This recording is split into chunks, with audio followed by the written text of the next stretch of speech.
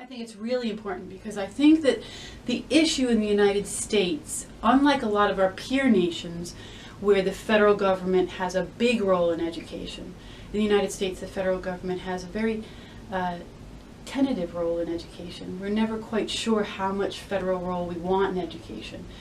It says in our Constitution it's a state and local matter, and so it's always tricky in the United States. And I think that in order to so that decentralization, that local control, that state and local control, means that that is the main way inequality seeps into American education, through that decentralization. Because local school districts, what happens is when you rely on local property taxes for a big proportion of dollars to students, of per pupil expenditures, that means it affects not only things like school buildings and school resources, but it also affects things like curriculum, teacher pay, all kinds of things that surround what happens to a student in school. So when you have a population of students that are already coming from a background where we know from research that they benefit the most from school quality.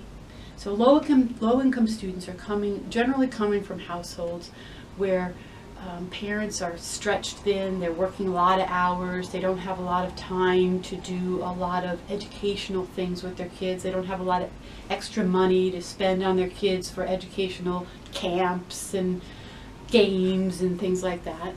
So you already have this situation where you have a disadvantaged group, and then on top of that we're putting them into schools where the school also has less resources.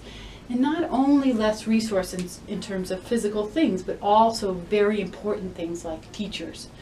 So kids that are coming from our most compromised backgrounds also are experiencing schools with high teacher turnover rates, teachers that are paid less than other school districts, teachers that have less experience, less education.